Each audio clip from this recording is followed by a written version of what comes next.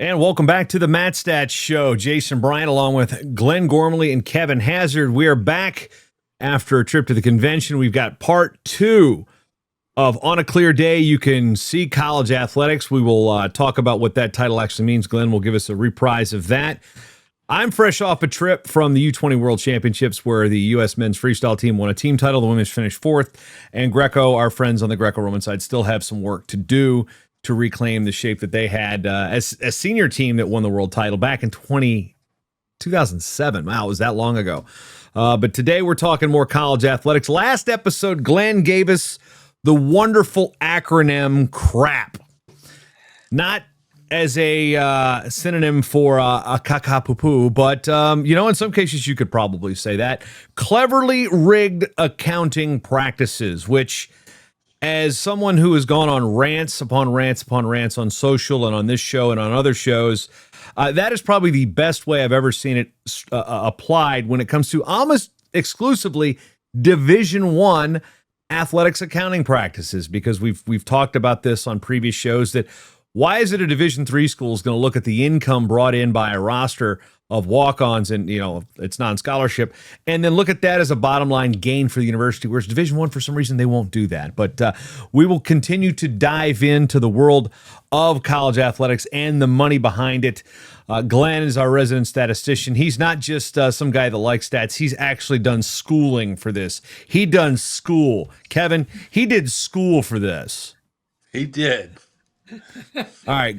Before we jump into it, Glenn, let's talk a little bit about the convention. We got a chance to catch up there a little bit, but MatStats booth was fun. I got one complaint though. I says, why wasn't I sitting at the MatStats booth? I had other things I was doing at the convention too. Yeah, I had to introduce some things. The MatStats booth. We had a chair for you. You know what? I just did not plan out my my MatStats timing well, so for that I do apologize. But one thing I love about the convention, you get a chance to see people. Normally you see them around tournaments and the stress level's high, or you see them in Fargo and they're coaching their teams or they're recruiting. Here is a recruiting dead period opportunity. I think one of the biggest roars we saw was I think it was Saturday night. They had this game Hooks out, and it was like you had coaches from every level just playing against each other. It was loud. Moyer got in the chair and played Hooks. I jokingly said to his wife, I says, Mike hasn't had fun in 30 years. It was hilarious, and everybody was having a good time. And you had all coaches from all levels, men's and women's there. It was a real good bonding moment. It's coming off of the Leadership Academy. For a lot of these new coaches, it's a chance for them to meet people and network, because these conventions are not just about rules. It's about networking. It's becoming a better coach. It's learning from one another, and like wrestling technique. A lot of the best steal it and call it coaching. Well, you can do that too with your networking and your fundraising. Well, that's what works there. We can do it here. So a lot of tracks on that, a lot of tracks on NIL, and of course, rules being what they are with Jim Chung, the rules interpreter, and Mike McCormick, the national coordinator of officials. So that was from where I sat. I had a blast. It was at TPC Sawgrass, which I was not going to play because I don't have that kind of coin to play a course like that. Plus, I'm a hacker. Guys, last time I played golf, I played with our St. Cloud All Sports thing. I played with the volleyball coaches and our beverage people, and it was a scramble. They didn't take one of my shots. Not a single one of my shots. And we did Top Golf on Thursday, and my 9-year-old actually had a higher score in some of these games than I did. So I'm about to give it up. First thing I ever bought with my first full-time paycheck from the NWCA was a set of golf clubs. I still use that set of golf clubs.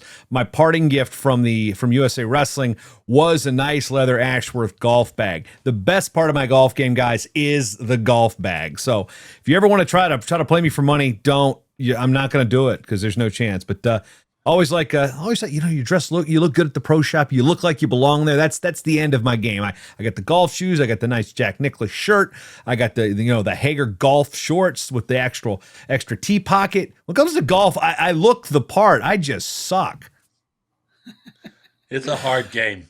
My clubs are actually in my garage, and they've been there since I moved, and they have sawdust on them. I think mine do too. Think about all the people that golf a week in the country.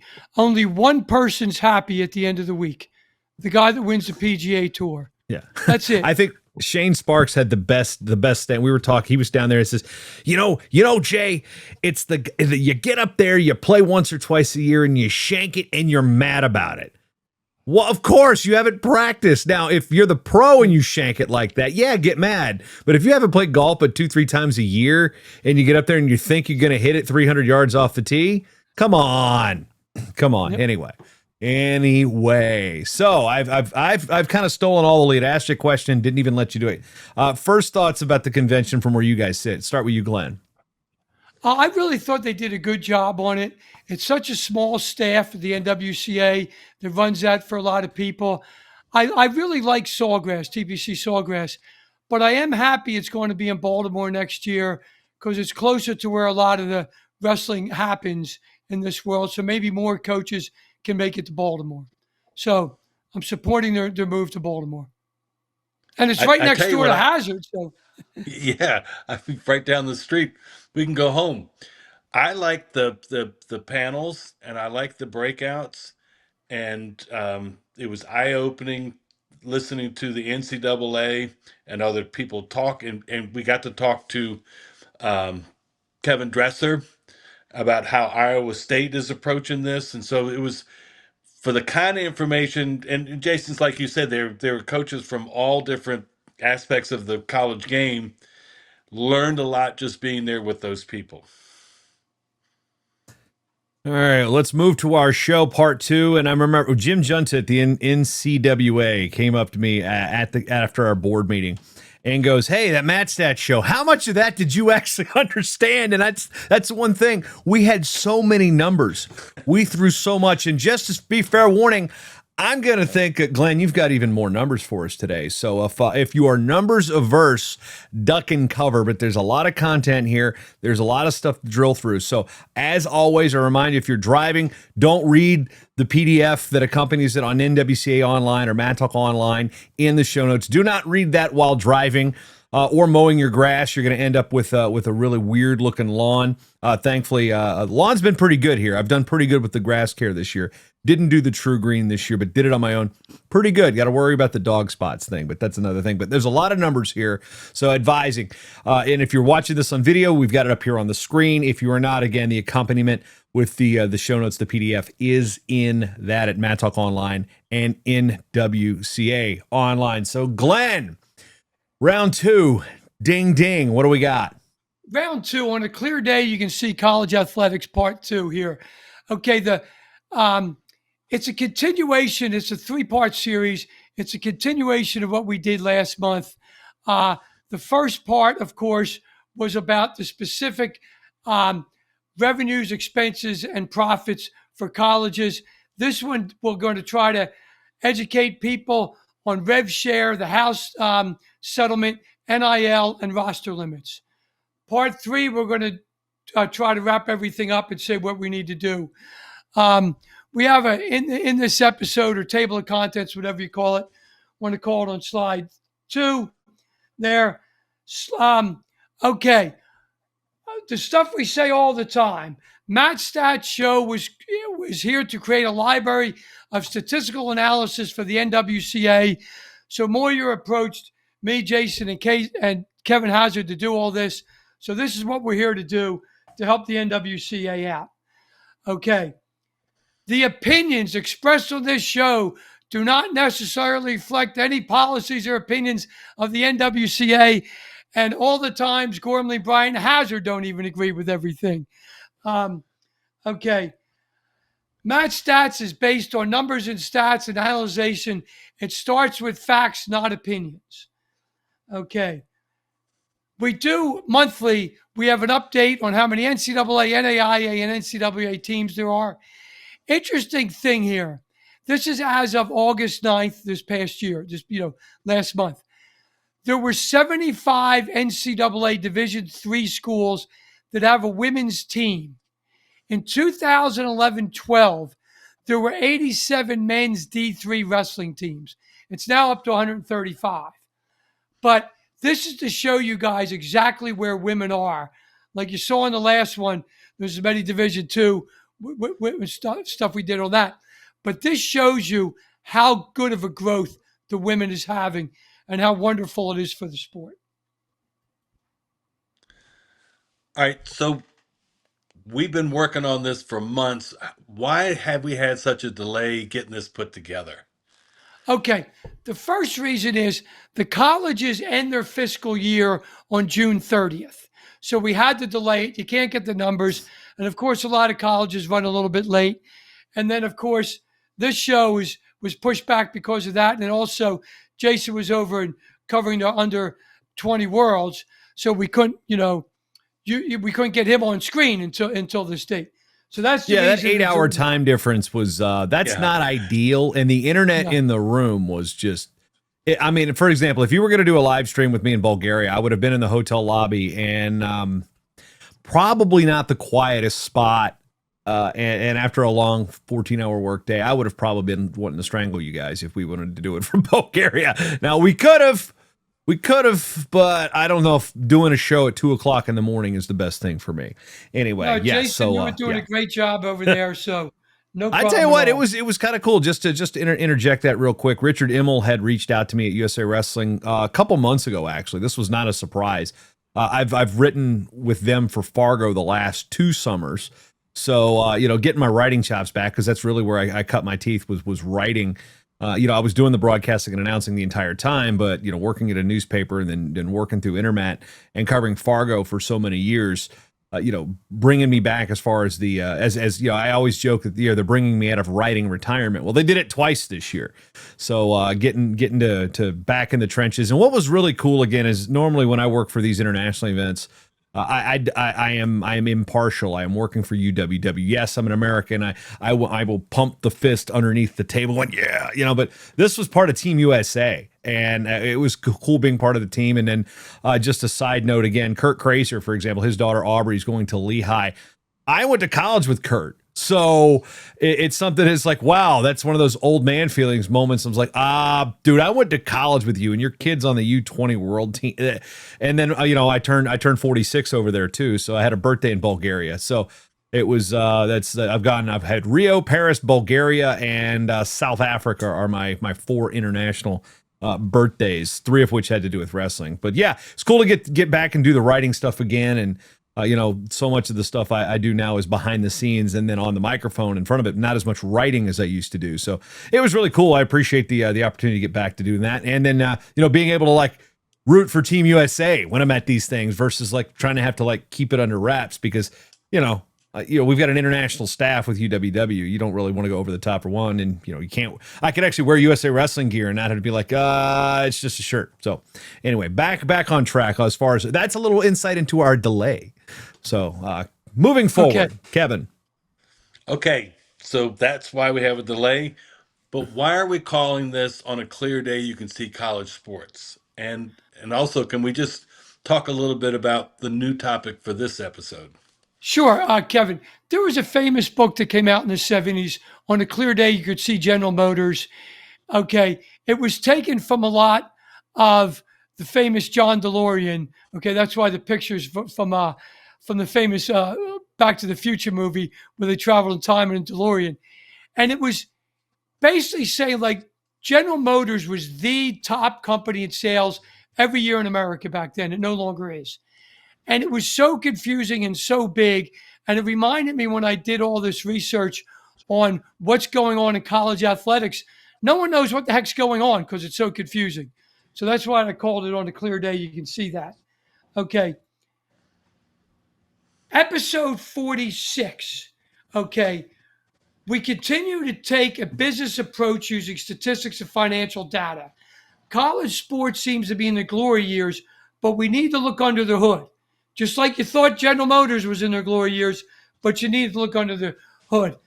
We're going to look at how revenue sharing, NIL, roster size caps changed the collegiate landscape before our eyes, and specifically what it does for our famous sport, college wrestling. Hey, I recognize that. All right, so this is a continuation of last show. So can we just get a quick recap to lead into this episode? By the way, Certainly. that's the U20 World Championship trophy for men's freestyle. That was Yeah, my birthday anybody- present. anybody That was who's my not- birthday Picture, present. too. Yeah, that was Anybody who's not seeing the screen, there's a picture of Jason over in Bulgaria holding America's team trophy up there. yeah, big trophy. Now they All got to right. do that like the Stanley Cup, where each kid can take it home and parade it around the town. That's a sore subject because the Stanley Cup was in St. Cloud the Monday I got back. I couldn't make it up there and to take my picture with the cup. Well, So don't bring up the cup anymore, Kevin. Sorry, Okay. Jason. Anyway, Kevin, to answer your question, episode 45, which was part one of this series, addressed the revenues, expenses, and profits, or in most cases, losses across NCAA Division I athletic departments. Okay? Probably the most famous sports poem ever, Casey at the Bat, the first lines of it, the outlook wasn't brilliant. Okay? And this is what I'm bringing into, because the outlook isn't brilliant here for college sports, guys. They lost over $1 million a year before we got NIL and rev sharing on the table. Now it's a different subject, but totally. The methodology of this show, guys, we take it from a CPA named Patrick O'Rourke, who's used to dealing with nonprofits, which of course colleges are. He was a summa cum laude at Washington State. So we got a lot of data from him. And we also got a lot of the data from the Knight Newhouse Foundation, which really is a big help for college athletics. Okay? Next slide. All right, so part of this is what we're talking about is Grant House versus NCAA settlement. Again, first time I saw that, I saw House versus NCAA. I thought it was the House of Representatives versus the NCAA. What is the House versus NCAA settlement, and what does it mean to college sports? Okay, to start on your first question, Grant House is a swimmer's name that used to swim at Arizona State. Him and a few other people, the other named person is Sedona Prince, who was a women's basketball player at Texas Oregon and Texas Christian. Okay, they brought a class action lawsuit against the NCAA and the 5 collegiate athletic conferences, in which the NCAA agreed to allow its members' institutions to distribute funds to Division I athletes who have played since 2016. That is what you might call NIL, name, image, and likeness part of it. Okay. On March 23rd, 2024, the NCAA voted to settle the lawsuit for $2.75 billion. You heard that right. And also agreeing to a revenue sharing model. Revenue sharing and NIL are 2 separate ways for the athletes to get paid. Okay? So, as a part of the House settlement, schools will be allowed to share their athletic department revenues with their varsity athletes beginning this year. In other words, this past weekend was week 1 of college football, and women's soccer and all these other sports are going on. Okay, these athletes can get part of the revenue, but it's a lot more complicated than it just sounds. Okay, right now, the cap is $20.5 million per year per team. This annual cap will increase to about $32 million over the next 10 years. It'll be kind of a COLA. When I say COLA, I don't mean the famous soft drink. I mean cost of living adjustment. Okay.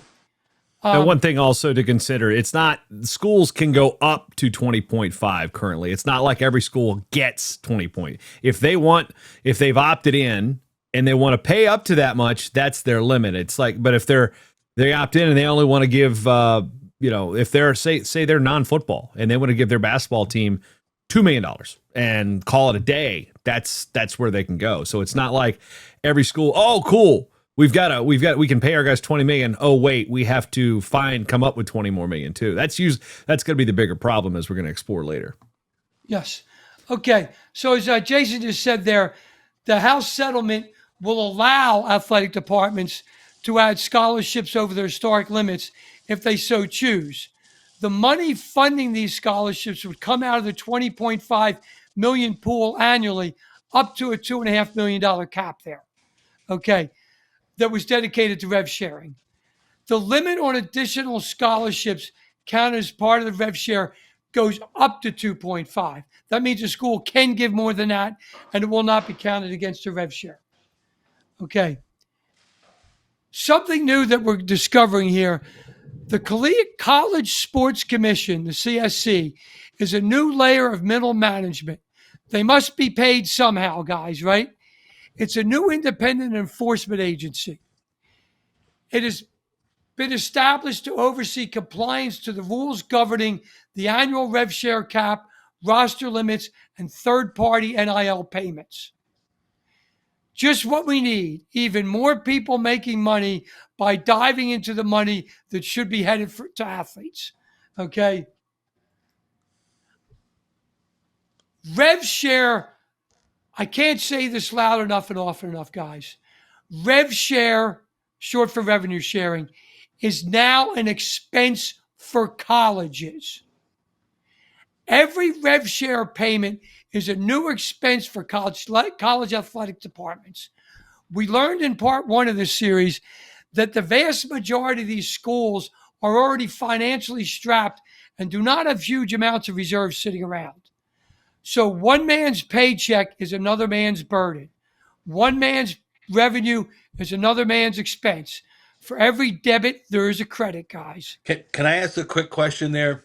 Certainly, Is Kevin. this on top of scholarships, or does this include existing scholarships? This is on top of existing scholarships. Okay? You can now pay the athletes up to $20.5 million. Okay, the school, we'll get into this later, the specifics of that. But the new scholarships will be $2.5 million, that Kevin.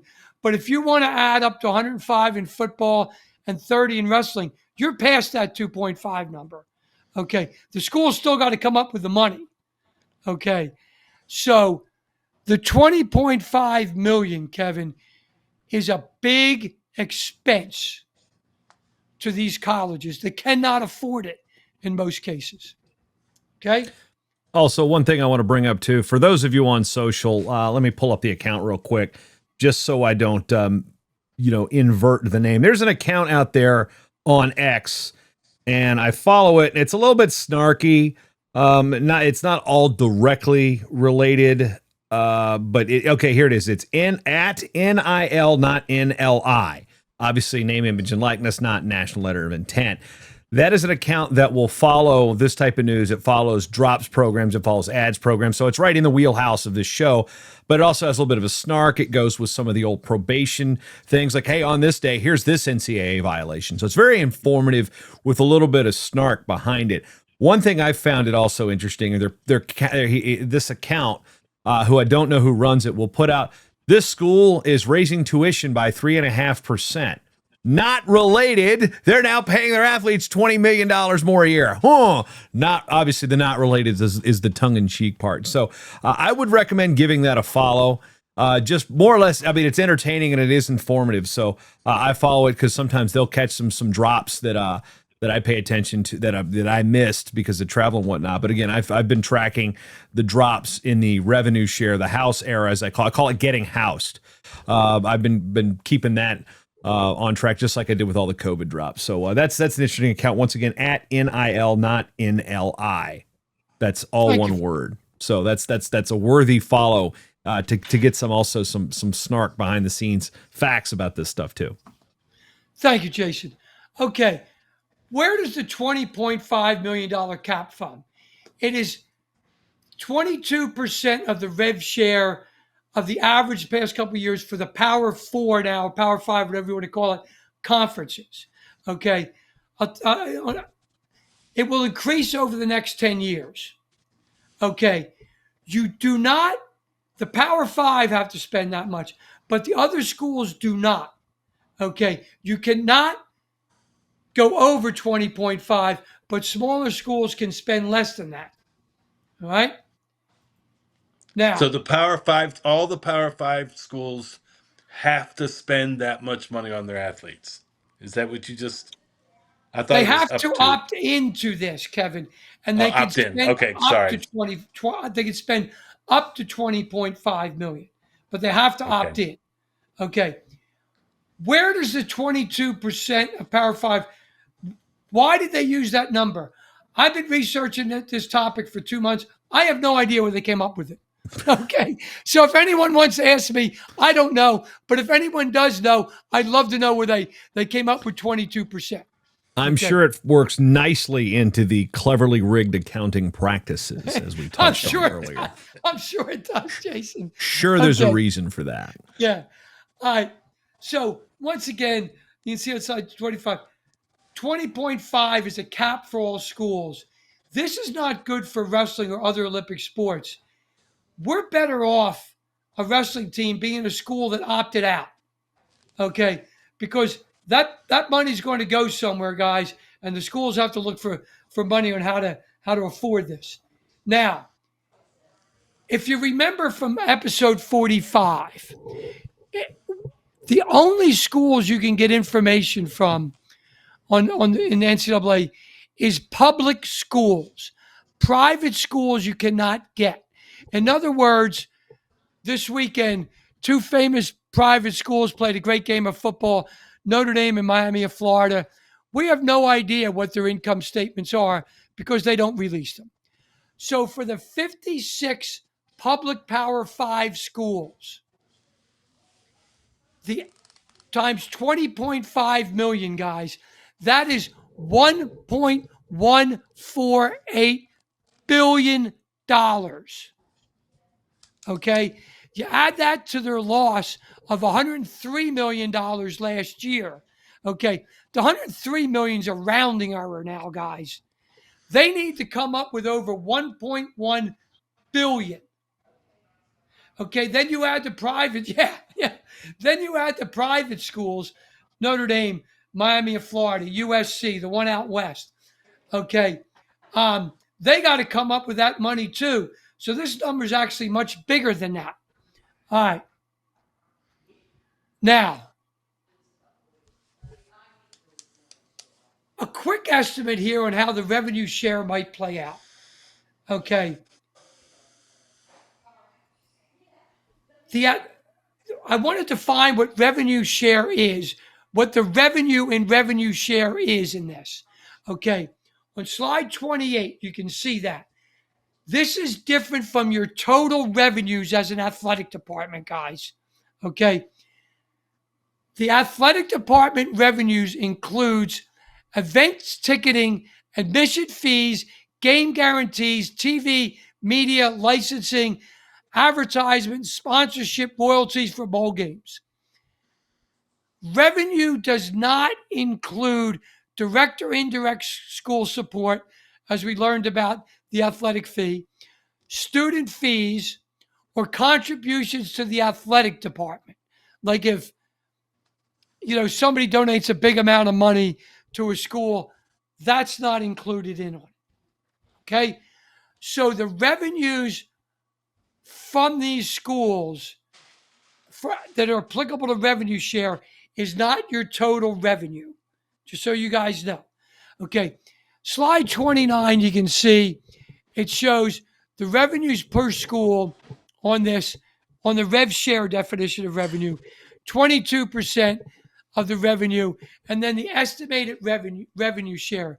You can see from the big boys, the SEC, the Big Ten, ACC, and the Big 12, that it'll be 20.5 million about, whereas schools in the Conference USA, 22% of their revenue is a little over $1.5 million. Okay, so those schools are not going to go and spend 20.5 because they can't find the money that they have now. Now, Okay. Glenn, I do got one question in terms of, we talk again, revenue is not profit. What's this look like from a profit and loss statement kind of perspective? Like, these aren't profits. These are this doesn't take into account yet. I know you're going to get to the expenses. So I'm wondering where the profit line comes in. Well, Jason, good question. I mean, the profit line for the Power 5 schools combined last show that we showed was negative 103 million for the public schools. Okay. So now you're adding 1.1 plus billion to that as an expense. So we're going to get to that in a second here. So all schools can't afford this, guys. Okay. So get this out of your heads that they're raking in money hand over fist and they can afford this. They can't. Even the schools like the defending college football champion, The Ohio State, okay, had one of the marquee games this weekend against Texas. These schools can't afford it without changing something. And you don't get any bigger football and bigger athletic departments than those places. So you'll see online, slide 31, excuse me. Okay, this is an old school NBA thing. You do a break even, okay? And the top row shows you the Power 5 schools in 23-24. This is in millions, guys. Okay, so that 9,110 is in millions, so that's 9.1 billion. Okay, and then their expenses are 9.2 billion. Now, when you add rev share to that, their profit is negative 1.25 billion. So in order to break even, they have to either raise revenue by that much, decreased expenses, or a hybrid of a combination there. Okay. So they'd have to increase revenue almost 14% or decrease revenue almost 13%. We saw on episode 45, guys, they cannot increase this revenue this much. Okay. So there are going to be some cuts in the athletic department, whether it be your 14th assistant athletic director or another compliance director. I never understood why William Mary had a compliance director staff. If in order to get into William Mary, you got to be a good student. Okay. So, guys, this break even, going back way, way long ago before electricity when I was in business school, okay, going back to those break even things, okay, some drastic changes are going to have to be made. Okay, this is the way of the world. So we got to wake up, guys, and realize there's drastic changes coming. Okay. One of the famous old football coaches at William Mary, Lou Holtz. Okay. That was his first head coaching job. Then he went on to brighter pastures. He did pretty good for himself, I believe. Yes, he did. Yeah, little known fact, was a tribe assistant. Yeah.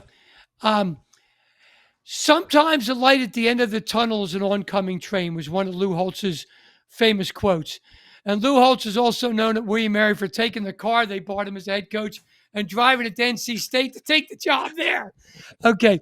I'm afraid, guys, that the light at the oncoming tunnel right now in a lot of non-revenue sports is a train coming the other way.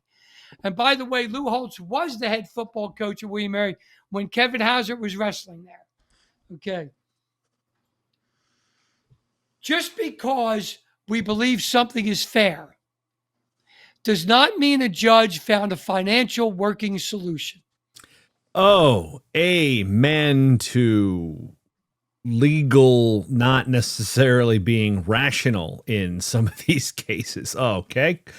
Continue, Glenn. Yes. Okay. Think Solomon. Yep. It's hard to imagine this judgment will help the long-term sustainability of college sports.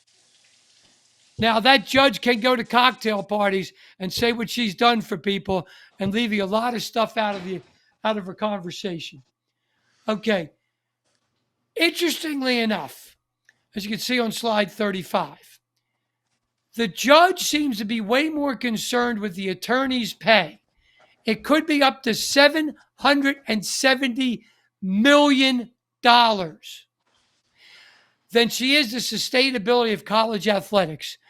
On July 11th this summer, federal judge Claudia Wilkins awarded the lawyers for the plaintiffs in the Greg House versus NCAA settlement more than $520 million for their services, and they can petition for an additional $250 million total in the next 10 years. I'm sure all those law firms are going to petition for their money. So And these more. lawyers, yep, and more. These lawyers are going to get over $770 million. That is about 27% of the NIL settlement. So if these athletes really deserved it, do the lawyers really deserve that much? Are we really out for the athletes? Okay, guys, this is a problem. All right. Now, a school can opt in or opt out. And we got a picture of the famous clash. Should I stay or should I go now? So each year, by March 1st, a school must decide whether they're in or out. The Power 5 schools are in every year. And of all the Group 5 schools opted in, except for the 3 service academies, got an Air Force hat on academy. Here's the hat on today. They cannot opt in the 3 service academies due to their rules. Okay? You know, it's So- a misheard lyric, too. It's not cash bar, but let's just play it a little bit.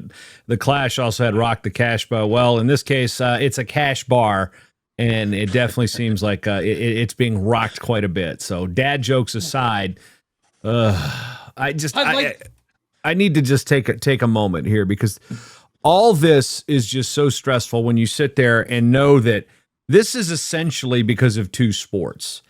And it's just one of those things that the rant incoming. I'll keep it short. Just to know that, you know, all the I live with athletes in college for various sports. It wasn't just a wrestling program. I had women on the sailing team my last year. So it was like we had the athletes that they bring in the school some revenue based on them being there. They have the sports, so the walk-ons and such, and you got a roster of 40, you've got 9 scholars. Well, that money's all going to school, as I've touched on earlier. But to sit there and be like, this sport of the front porch of the university, that's the line that drives me nuts. Because right now, some of these front porches are being held up by a couple cinder blocks, and they're about to kill 14 dogs living underneath them. It's what's about to happen. To borrow a Jeff Foxworthy line from maybe old Rocky Top there. Get Smokey out of there quickly. It's just the athletes that need the money don't get the money. Yeah, there's a small portion of athletes that bring it. The Johnny Manziels of the world, when he was at A&M, not being able to sell his uniform or jersey, for example, and the school making. That's what NIL was created for. It was, and then wrestling camps, like to be able to put a wrestling camp, like so and so from the University of Minnesota can work the J-Rob camp, not University of Minnesota staff. So you can promote, the athletes in our sports, in these non-revenue sports. The college athletes are the ones that move the needle. Once they move to the senior level, unless they're Jordan Burroughs or a Kyle Dake, they're not moving the needle with the younger generation. It's the college kids that are doing it. And the ones that need to get paid aren't getting paid. And the ones that, it's just, it drives me to, we don't make any revenue. Well, that's the school's fault from, again, calling these sports non-revenue when they don't do crap. And I'm not talking about accounting. They don't do crap to actually, have the 15-member support team to promote every sport. So they just put their money in the 2 baskets, hopefully thinking that that's going to rise the money and fill the coffers, when it's absolutely not. You're making $40 million to spend $40 million on 2 sports. So rant over. I know, preaching to the choir. So sorry. Just annoys the crap out of me. No problem at all. On slide 37, guys, you can see these are the men's NCAA Division I wrestling teams that opted out. When I say wrestling teams, the school opted out. You either opt in or you opt out for the whole school. Okay, so there's 24 wrestling schools that opted out, and this does include the 5 schools that are not Division I in any sport except for wrestling: Bloomsburg, Clarion, Edinburgh, The Haven, and F&M. Also of note, and again, bringing up the hockey side of things, St. Cloud State, for example, Division II sports, D1 men's ice hockey, opted in for hockey. They can opt in per sport. Now, the limit, they're not going to spend $20 million on that, for example, but there's a bunch of schools that have that. Colorado College, for example, RIT, so just on the hockey side. So it's not just, the option does exist for those particular schools to opt in, but it looks like, according to your research, Glenn, they did not on the wrestling side. Correct. And like Hopkins opted in for lacrosse. Right. Division III and everything but lacrosse. Okay. Now, 85% of all NCAA Division I members opted in. 70% of the NCAA Division I wrestling schools opted in. So we have a lower percentage of opting in wrestling than overall. That actually makes me happy, guys. Okay, because you have a better chance if the school opts out. Okay. Slide 39 breaks down how many wrestling teams there are in the Power 5, Group of 5, FCS, no football, non-Division I, and then what percent of all the Division I teams are in that. And you can see from this that the lower the school is, meaning a non-Division I, the more likely they are to opt out, or FCS, where Group of 5 and Power 5 all opted in except for the 3 academies, which were not allowed to opt in. Okay? Now, the smaller the school, the more likely to opt out, the larger, more likely to opt in. The non-FBS opt-out average enrollment was 6,000. The FCS non-football opt-in was 7,800 enrollment. So basically, the bigger the school, the more likely they are to be in. Okay, so now we know that they're going to give up to 20.5 million. Who's getting that money, and who decides who gets the money, and who decides what amount goes to what sports, and decides which athletes on each of those teams get the money? Yeah, there was my rant. Okay, I'll try to answer the rant. Okay, the schools decide, number one, if they opt in or out. If they opt in, they're going to decide how much to pay. Like the big boys will be spending 20.5. Okay, the smaller schools won't get up that high. Then they decide which sports to give rev share money to. Then they decide what percentage of the rev share each sport gets. This is highlighted on the screen, and I'm going to say it twice. Most sports do not get any rev share money. Repeat it. Most sports do not get any rev share money. Football, men's basketball, and women's basketball will usually get at least 90% of the rev share, and as much as 95. Okay? Don't forget the Arthur Bryants of the world. They're going to want a piece of that pie. Thank you, Kevin. Jason, I was just about to say that. It's right there on the screen. Yep. Title IX lawyers want a piece of this. Okay. I gave you a little pie graph here if some people can see things better. The green part is the 95% going to football and the 2 basketballs. The red part is going to all the other sports. Okay.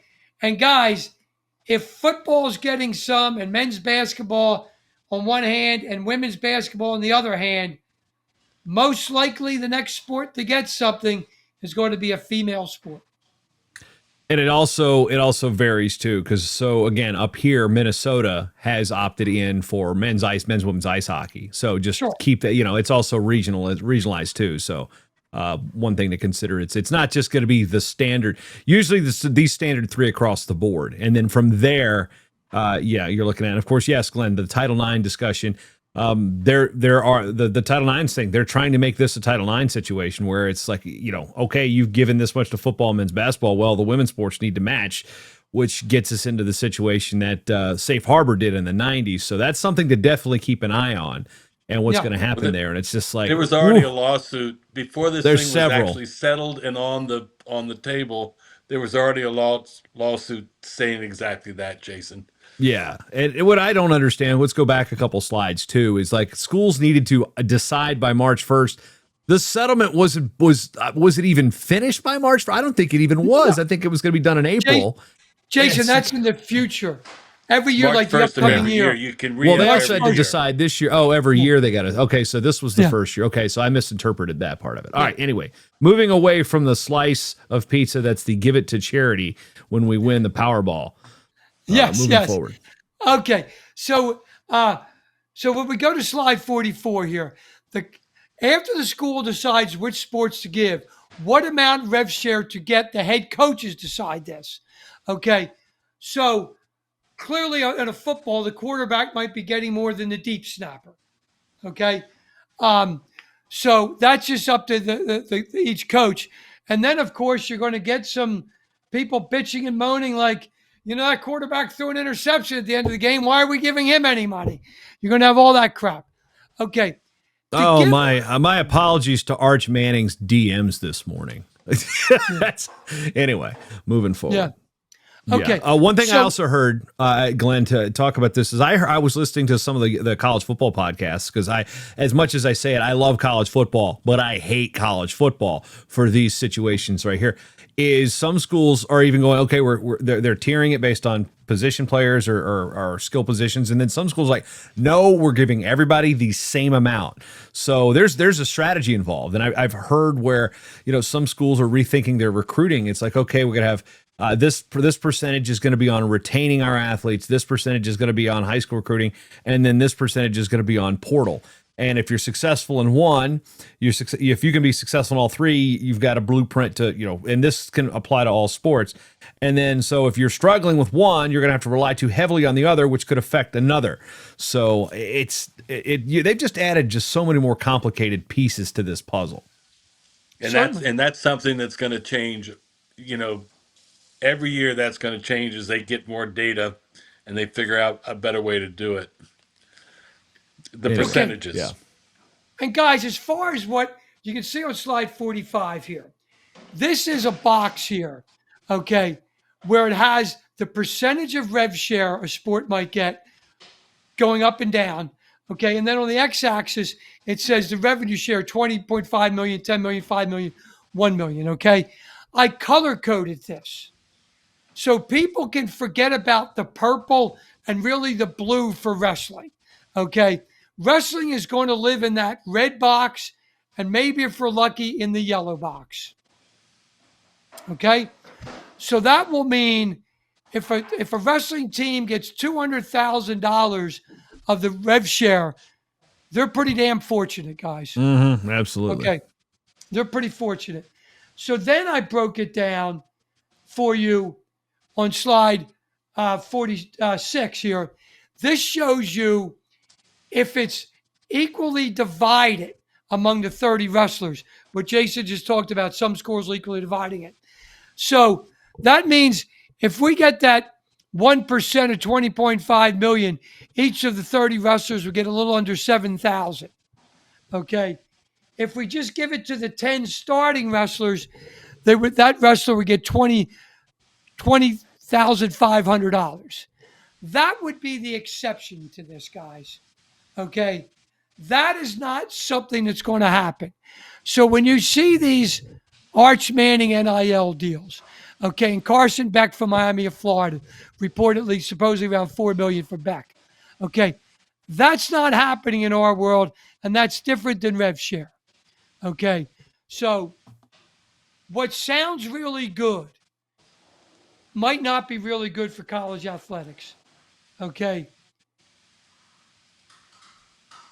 Wrestling's long-term sustainability affects all college wrestlers. Rev share only a very small number. Okay? So in slide 48, you can see the rev share part of the House settlement is designed primarily for the sports and their athletes that bring in the revenue part of the rev share. I believe on MatStats, our main concern should be on solidifying long-term sustainability of college wrestling, especially since we will rarely be in the rev share game. Guys, we're not going to play in these reindeer games. Right. And we're not the only ones to preach this. And what we also have to find a way financially is endow the programs and get them in a situation where you can't take that endowment away like they did at Notre Dame back in the 90s and put it to the general fund. So you got to be very, very smart with how it is. But then again, you've got the wrestling person. They also want to contribute. They like going to football games on Saturdays. So They're trying. I mean, it's just like fighting. All this has done from an outsider's perspective is sit there and you've created a bigger problem. You've basically made the under the table booster stuff legal now, and then you've also gotten the athletes. Now it's a caste system. It always was a caste system in college sports, where some set of athletes were treated better, whether or not they actually contributed to their sport or not. Just being on the team gave them better access to certain things, such as, again, tutoring, scheduling classes, access to the weight room. There's all those little things that simply being on the roster, being the 115th guy on the team, gets you higher than the best athlete from another sport, which drives me nuts, because the value of what you're going to carry the scout team's books. I don't know. I just the value just drives me nuts. Anyway, it's another mini rant there. But again, to my initial point, you're going to get the same people. They're going to be fighting over the money, the same people. And then on the wrestling side, we've got the RTC, the conundrum, which is like, okay, are you giving money to the program, or are you giving money to the RTC because it's good for recruiting? There's so many, there's only so much money from us. And guess what? Nobody's going to pay for us unless we pay for us. That's what's going to have to happen. It's all pay for play these days. Yeah, the players are getting paid for play. You try to not call it what it is, but if we want our sport to survive, we have to pay for it. And we can't just sit there and moan about, oh, well, basketball. Well, you know what? We're not like them. We need to preserve our sport. And that should have happened yesterday. It should have happened the day before that. And what is it? Mike says the next best time to endow your program, if not today, is tomorrow. So we can't wait. Like, yep. Penn just got that $30 million gift. Yeah, and they're non-scholarship. That's an Ivy. I would figure that's one of I can't say every sports safe, because we've seen Princeton and Brown have their programs on the blocks within recent memory. But I mean, that's okay. There you go. Penn wrestling probably not going anywhere. David Patrick just took that up.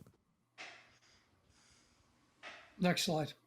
All right. Yeah, Glenn's like, all right, JB with your rants. All right. So now NIL and the House settlement. How does the NIL, now we just talked about rev share. So what is the NIL and how does it figure in?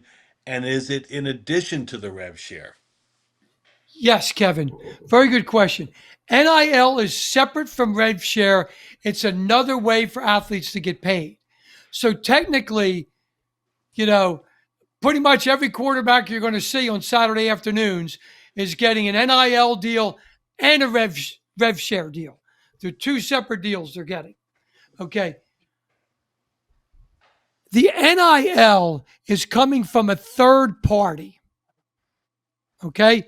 Somebody from the outside, like a donor, is giving money to a collective that's then distributing money to the players on the teams. Okay. With this, Kevin, comes a group to supervise this, the College Sports Commission that I mentioned earlier. Okay. They want to know every single NIL deal over $600. All right. Now it's like taxes. You don't file it unless it's over $600. You know how many times I've been paid $599 in cash? Yeah. Yep. Okay. Not enough. It's great that college athletes can get NIL deals, Guy. Okay. But the money must come from somewhere. Okay. This is most likely coming from somebody who's donating money to the college. Now they're donating it specifically to go to a certain person. So the college is going to lose revenues, guys. The money just doesn't grow on trees. Yeah, to the point where the donors of these sports are going to be fighting over the same pool of money that was once going to the general fund is now going to Arch Manning's, Chevy Silverado. Yeah. Okay. So the NCAA, you can see on slide 52, is paying the almost $2.8 billion NIL settlement. Here's how they're doing this. They paid $1.1 billion of that $2.8 billion in the reserve funds. How the heck did they have a reserve fund with $1.1 billion in it? I don't know. Okay.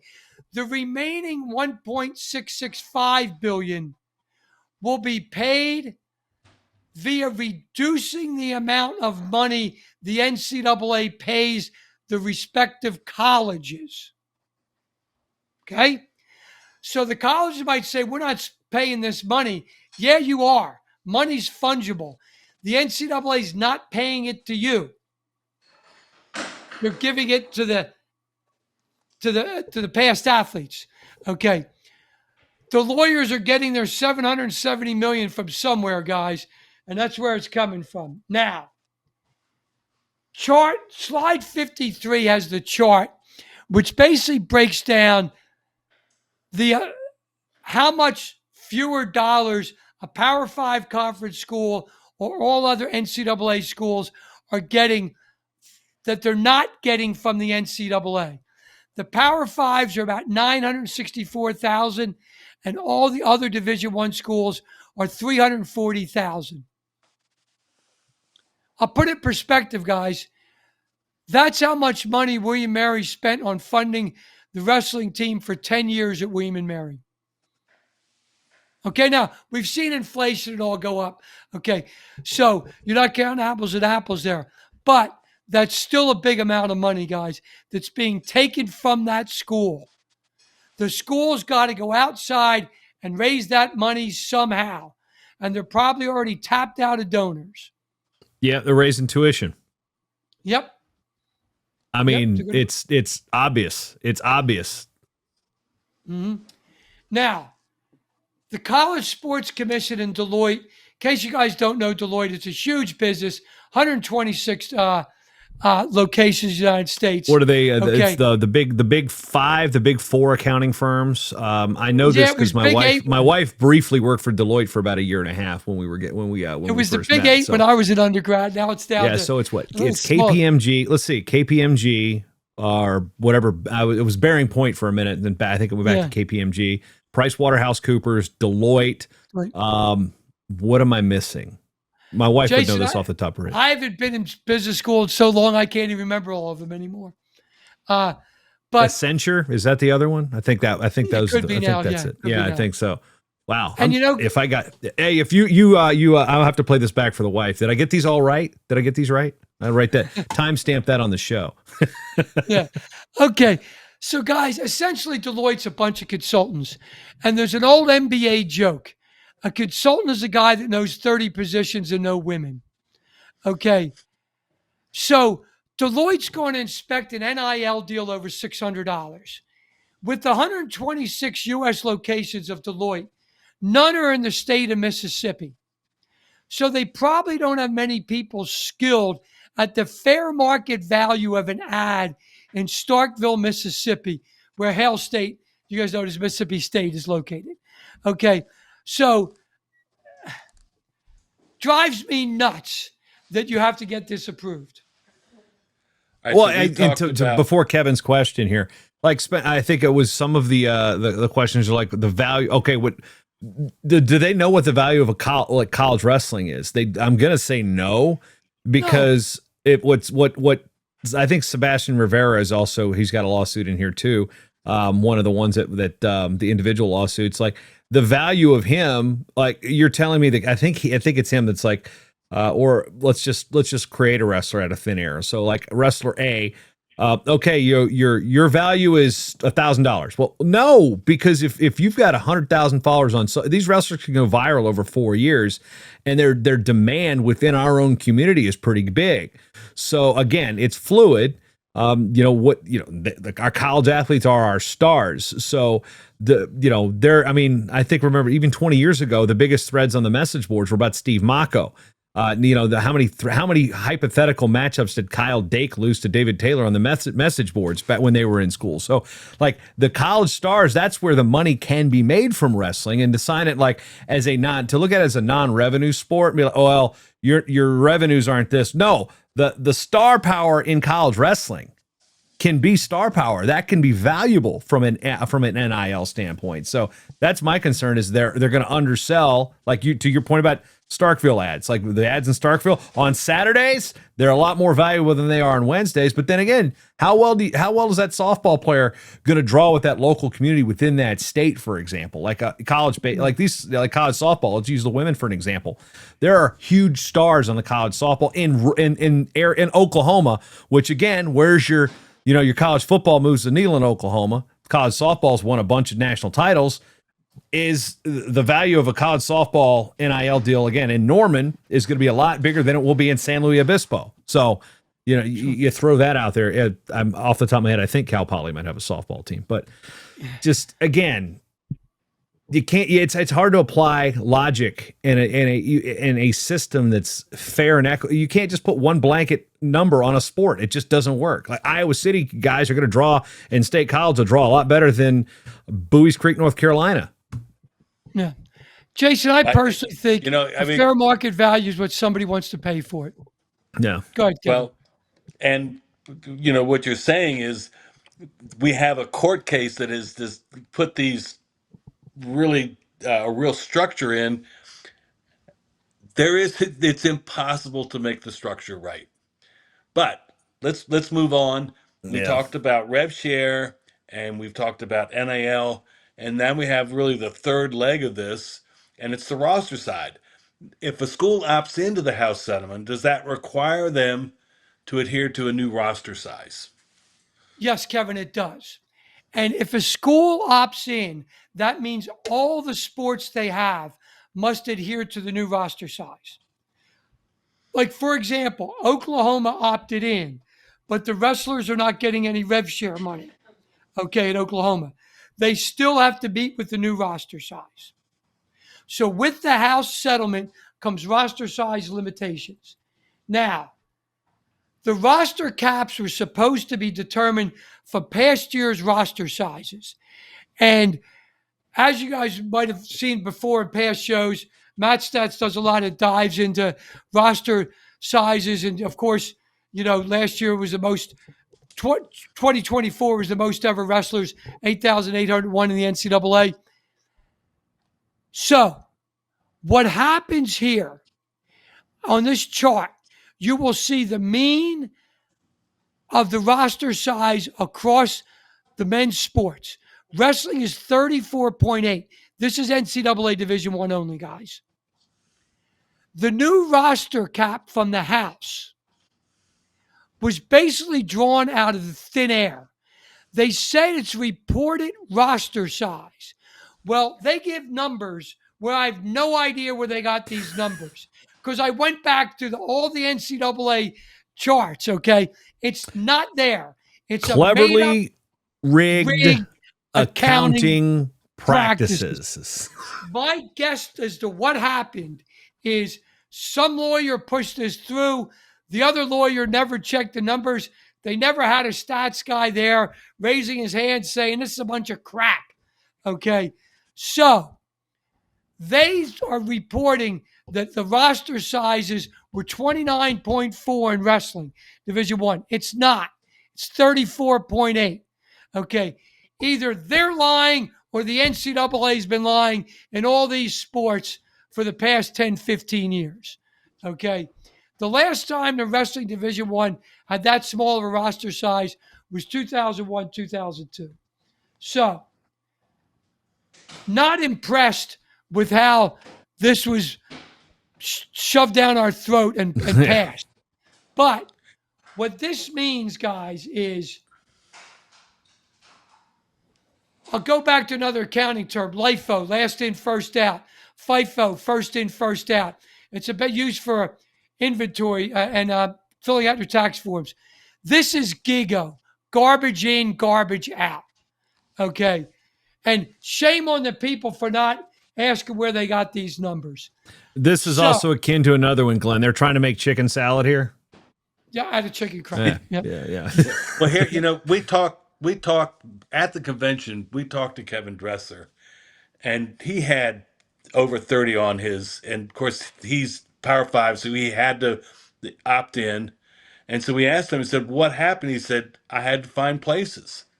So he actually found places, but he had kids that would just want to be part of a team, can no longer be part of a college team, and he found them places at other schools. And he said, and what you also have to consider, and Glenn, you said it earlier, Jason did, this means they didn't get the get in line early for classes, they didn't get to get in line, you know, they didn't get meals, they didn't get all that, all taken away from them for really no reason.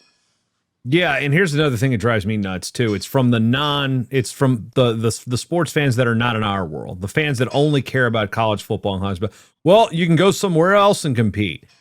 You know what? Okay, so only these sports have only the prize sports have the option to go to their school of desire. We have this problem in women's wrestling, in which, you know, the women have to determine, do they want to wrestle or do they want to go to a school with a, you know, not taking any shots at the schools that have, you know, their degree programs right now. But, you know, the Ivies don't have varsity wrestling. So if a woman wants to get an Ivy League degree, she can't wrestle collegiately. Yeah, there's the clubs, but you can't. So why is every other sport except for football and men's basketball, especially men's basketball, because they've got, you know, the sponsorship levels near 100% at the Division I level. It's like, well, so you get to go wherever you want to play football, but we have to search out the places which they're dwindling on the Division I level. It's like, we've only got 79 choices at Division I, and now you're limiting that. So I don't know. It's frustrating because, again, the people that make these decisions don't know how the rest of the world lives. They don't even know how the college football players live, let alone the college cross-country athlete who's counted 3 times because they run distance. They go track, indoor, and outdoor, and they're counted as 3 different athletes. So it's just, again, garbage in, garbage out. That's another one, Glenn. So we've got crap and Gigo. Yeah. It just drives me nuts. As you can tell, every show I go on these rants. Anyway, moving forward. Slide 60 shows the average of roster size in Division I wrestling was 34.8. The roster cap now is 30. That is only for the schools that opted in. Right. So, of the 55 schools that opted in, if you multiply that number times 4.8, which is the number above 30. Now, I don't want to get into a long talk about numbers and stuff like that, the way it works. But it's going to be about 264 spots that are eliminated. That is about 10% of all NCAA men's wrestling participants. Now, the Ivies, Lehigh, Bucknell, all these schools that opted out, they can have more than 30 on their roster. But then that's the equivalent to 7.5 more college wrestling teams. Yeah.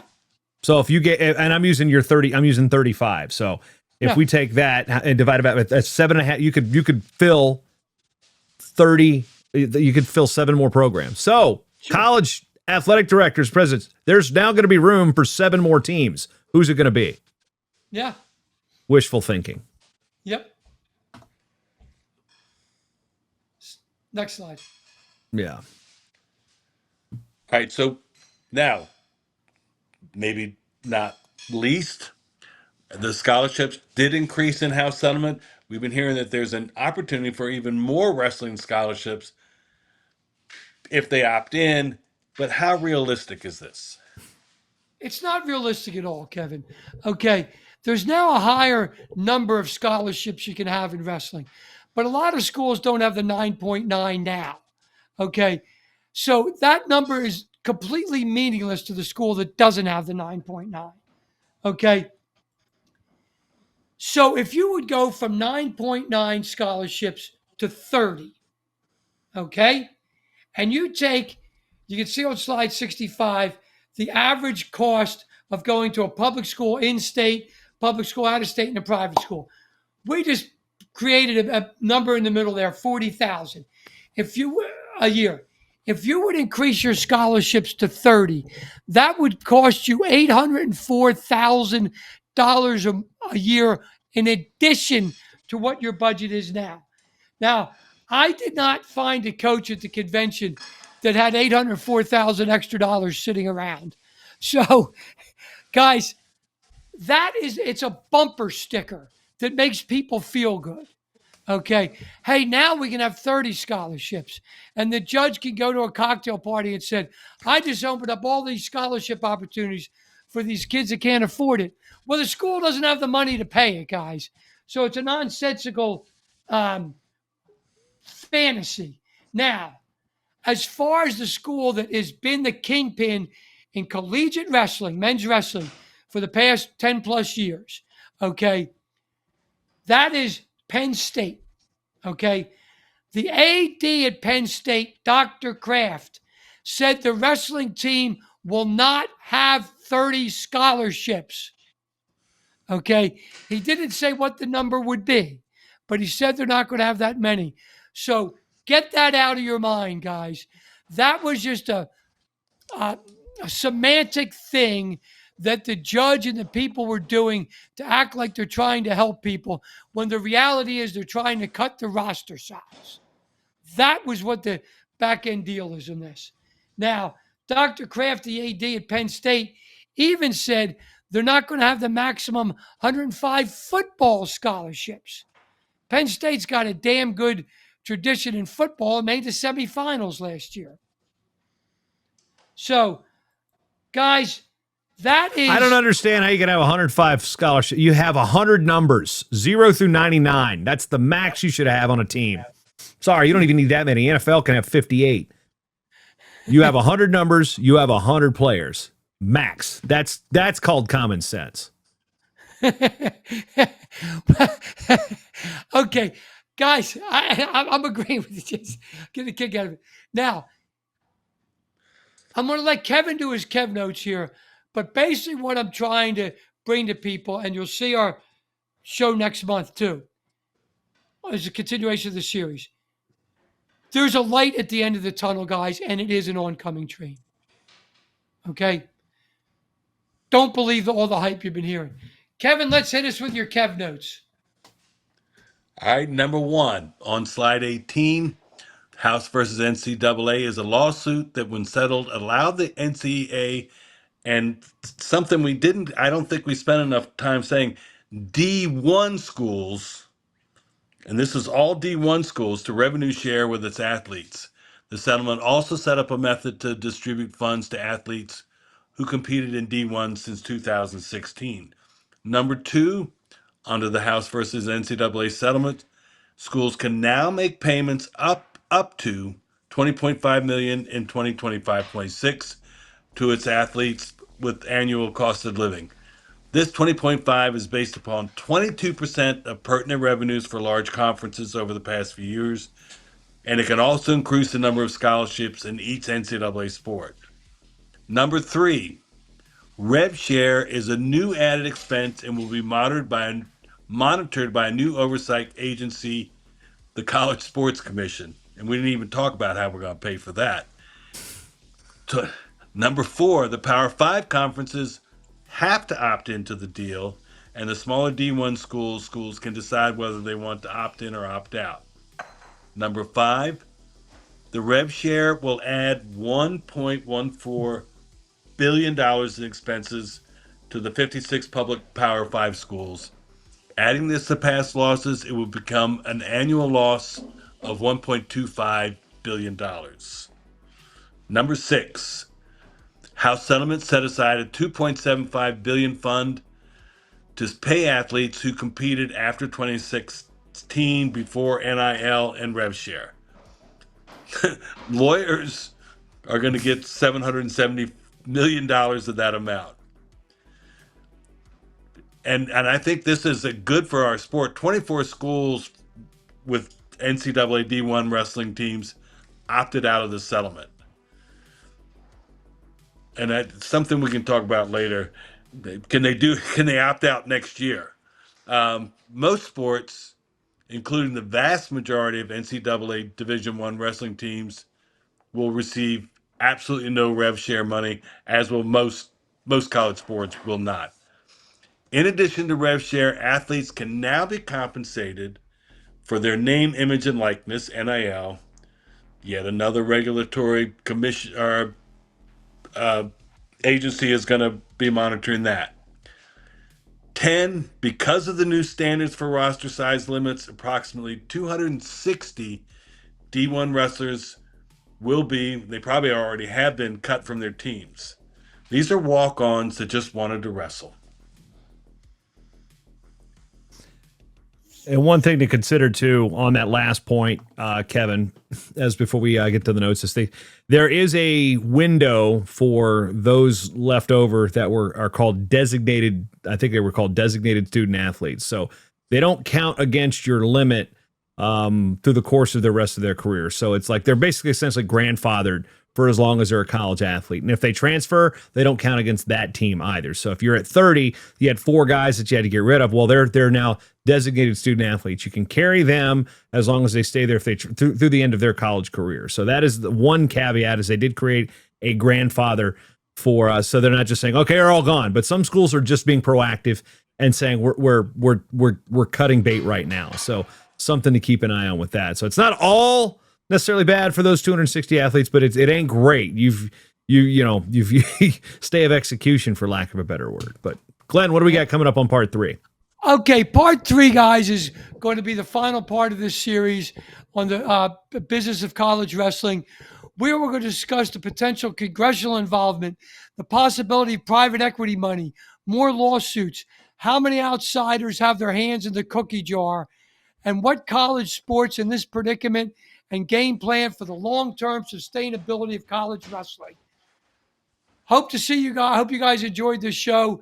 See you next month. On behalf of Kevin Hazard and Jason Bryant, I'm Glenn Gormley. Thank you.